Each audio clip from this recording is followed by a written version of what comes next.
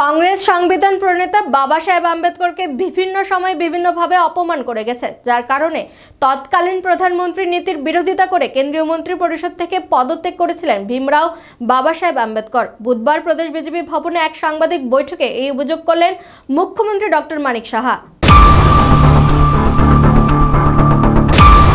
ভারতবর্ষের ইতিহাসে কংগ্রেস দল সবসময় বাবা সাহেব আম্বেদকরের বিরুদ্ধাচরণ করে গেছে, কিন্তু এই দেশে বাবা সাহেব আম্বেদকরকে যোগ্য সম্মান দিয়েছে ভারতীয় জনতা পার্টি। দেশে বাবা সাহেব আম্বেদকরের স্মৃতি বিজড়িত জায়গাগুলো খুঁজে খুঁজে বের করেছেন প্রধানমন্ত্রী নরেন্দ্র মোদী। বাবা সাহেব আম্বেদকরের স্মৃতিসৌধ বানানো হয়েছে বিজেপির তরফে, কিন্তু কংগ্রেস দল কখনোই এই কাজ করেননি। বরং কংগ্রেস সংবিধান প্রণেতা বাবা সাহেব আম্বেদকরকে বিভিন্ন সময়ে বিভিন্নভাবে অপমান করে গেছে, যার কারণে তৎকালীন প্রধানমন্ত্রী নীতির বিরোধিতা করে কেন্দ্রীয় মন্ত্রী পরিষদ থেকে পদত্যাগ করেছিলেন ভীমরাও বাবা সাহেব আম্বেদকর। কিন্তু প্রধানমন্ত্রী জওহরলাল নেহরুর নির্দেশে এই পদত্যাগ পত্রের মূল বয়ান কখনোই কংগ্রেস দল সামনে আনেননি। আর এখন এই কংগ্রেস দলই ফায়দা লুটার জন্য বাবা সাহেব আম্বেদকরকে সামনে রেখে বিজেপির বিরোধিতায় নেমেছে এবং সারা দেশ জুড়ে নাটক করে বেড়াচ্ছে। তারা সবসময় আম্বেদকরের বিরোধিতা করেছে এবং এখনো আম্বেদকরকে কংগ্রেস দলের সদস্যরা ভেতরে ঘৃণা করে। মন্ত্রী পরিষদে থাকাকালীন সময়ে সংসদ অধিবেশনে বাবা সাহেবকে কখনোই বক্তব্য রাখতে দেওয়া হয়নি। বুধবার প্রদেশ বিজেপি ভবনে আয়োজিত এক সাংবাদিক বৈঠকে এমনটাই অভিযোগ করলেন মুখ্যমন্ত্রী ডক্টর মানিক সাহা। সাংবাদিক বৈঠকে মুখ্যমন্ত্রী আরো বলেন, সংবিধান প্রণেতা বাবা সাহেব আম্বেদকরকে নিয়ে দেশের মানুষের সাথে প্রতারণা করতে শুরু করেছে কংগ্রেস। তারা মানুষকে ভাওতা দিচ্ছে, আর কংগ্রেসের এটাই চিরকালীন অভ্যেস। নিজেদের স্বার্থ আদায় করতে এখন সংবিধান প্রণেতা ডক্টর বি.আর. আম্বেদকরকে তারা হাতিয়ার করেছে।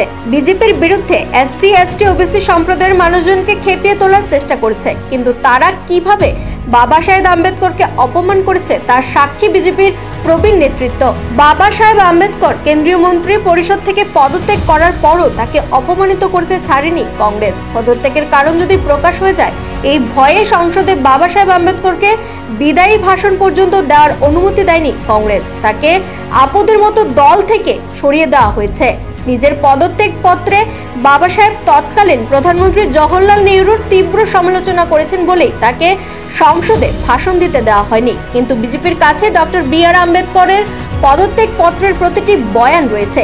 এই প্রসঙ্গে মুখ্যমন্ত্রী ডক্টর মানিক সাহার বক্তব্য, বাবা সাহেব আম্বেদকর পদত্যাগ পত্রে পরিষ্কার লিখেছিলেন, কংগ্রেস এবং প্রধানমন্ত্রী দেশের পিছিয়ে পড়া জাতি সম্প্রদায়ের উন্নয়নের চিন্তা ভাবনা না করে কিভাবে মুসলিম তোষণ করা যায় তা নিয়ে ব্যস্ত। কিন্তু এসসি এবং অন্যান্য পিছিয়ে পড়া সম্প্রদায়ের রসাতলে গেলেও তাদের উন্নয়নের জন্য একটি কথাও দেশের প্রধানমন্ত্রীর মুখ থেকে শোনা যাচ্ছে না। এভাবে দেশের সামগ্রিক উন্নয়ন কখনোই সম্ভব নয়। তাই এই মন্ত্রিসভায় আমার থাকার প্রয়োজন নেই। মুখ্যমন্ত্রী ডক্টর মানিক সাহা জানান, তৎকালীন সময়ে স্বয়ং প্রধানমন্ত্রী জওহরলাল নেহরু বাবা সাহেব আম্বেদকরের বিরোধিতায় নেমেছিলেন। তাই তাকে ভারতরত্ন, পদ্মশ্রী কিংবা পদ্মবিভূষণ কোনো উপাধিতেই ভূষিত করা হয়নি। বরং বাবা সাহেব আম্বেদকরের বিরুদ্ধে যিনি নির্বাচন লড়েছিলেন সেই নারায়ণ সাধুকা কাজরুল কারকে ভারতরত্ন এবং পদ্মভূষণ সম্মানে ভূষিত করেছিলেন জওহরলাল নেহরু। এটা আম্বেদকরের প্রতি তীব্র ঘৃণাতে করেছিলেন জওহরলাল নেহরু, এমনটাই অভিমত মুখ্যমন্ত্রীর। আর এখন এই বাবা সাহেব আম্বেদকরকে নিয়ে বাড়াবাড়ি শুরু করেছে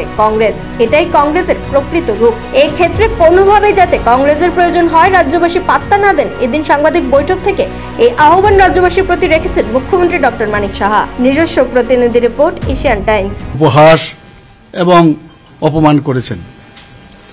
এখন এই দল ডক্টর বি.আর. আম্বেদকরকে নিয়ে উঠে পড়ে লেগেছেন। ভারতীয় জনতা পার্টির কে টার্গেট করে নানা রকম নাটক ওনারা এখন শুরু করেছেন।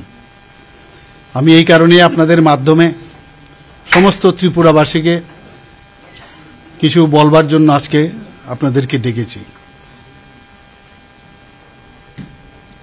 কংগ্রেস দল বরাবরই আম্বেদকর বিরোধী ছিলেন এবং এখনো আছেন। এখন যা করছেন এটা প্রহসন ছাড়ার কিছু না, এটা ভাওতাবাজি করে মানুষকে বিভ্রান্তি করার চেষ্টা করছেন এবং আম্বেদকরজির নামে ওনার যে অধিকার, সেই অধিকারের দাবি করছেন, যেটা ওরা ইতিহাস যদি আমরা ঘাঁটি, আগে কিন্তু আমরা কখনোই দেখিনি যে ওনাকে কীরকমভাবে সম্মান অসম্মান কিভাবে করেছেন, উপহাস কিভাবে করেছেন এবং অপমান কিভাবে করেছেন, সব আমাদের জানা। আপনাদের কাছে আমি কিছু তথ্য তুলে ধরছি। যখন কেন্দ্রীয় মন্ত্রী পরিষদ থেকে পদত্যাগ করেন তখন কিন্তু উনাকে যে সাধারণ হাউসে কোনো রকম কথা বলার সুযোগ দেওয়া হয়নি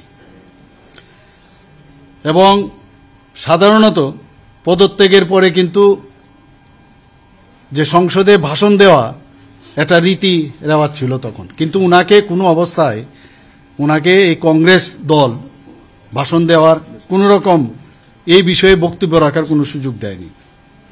যে কারণে পদত্যাগপত্রে বাবা সাহেব আম্বেদকর প্রধানমন্ত্রী জওহরলাল নেহরুর যে তীব্র সমালোচনা করেছিলেন সেটা কিন্তু কোনো অবস্থায় বাইরে প্রকাশ করতে দেয়নি। কিন্তু আমাদের কাছে উনি কি লিখেছেন আজকে আপনাদের মাধ্যমে আমি কোট করছি যে বাবা সাহেব ভীমরাও আম্বেদকর কি লিখেছিলেন। I have been wondering whether there is any other parallel in the world to the condition of scheduled caste in India. I cannot find any, and yet why is no relief granted to the scheduled caste? Compare the concern the government shows about safeguarding Muslims. The Prime Minister's attention is devoted to the protection of Muslims only. এখানে prime minister attention মানে পণ্ডিত জওহরলাল নেহরু, উনার সম্পর্কে বলছেন। I yield to none, not even the prime minister, in my desire to give the Muslims of India the utmost protection. But what I want to know is, are Muslims the only people who need protection? ওনার কথাটা হচ্ছে যে যারা schedule caste যারা আছেন তাদের সম্পর্কে তুমি কিছু বলছো না, খালি মুসলিমদের প্রোটেকশনের কথা বলছো, এটা কিরকম কথা? এই যে উনার যে পদত্যাগ পত্রে সেটা উনি দিয়েছেন এবং সেটা কোনো অবস্থায় যাতে প্রকাশ না হয় তার চেষ্টা কিন্তু ত্রুটি উনারা করেননি। এবং আজকে এই কংগ্রেস দল বাবা সাহেব পদত্যাগ পত্র সম্পর্কে এক কথাও কিন্তু রা শব্দও করছেন না, কিন্তু আমরা সেটা আজকে আপনাদের সামনে তুলে ধরলাম যে কিভাবে এই ডক্টর বি আর আম্বেদকরকে উনারা অপমান করেছেন, উনাকে কিভাবে উনারা উপহাস করেছেন, কিভাবে অসম্মান করেছেন। যদি সেটা ওই সময়ে প্রকাশ করা হতো তাহলে কি হতো? কেন প্রকাশ করতে দেয়নি? দিলে এই পণ্ডিত জওহরলাল নেহরুর যে ভাবমূর্তি সেটা কিন্তু ম্লান হতো এবং সেই কারণেই কিন্তু সেই কাজটা ওনারা করেছেন। আপনারা সবাই জানেন যে এরকম একজন লিজেন্ড ব্যক্তি, পণ্ডিত ব্যক্তি, উনাকে কংগ্রেস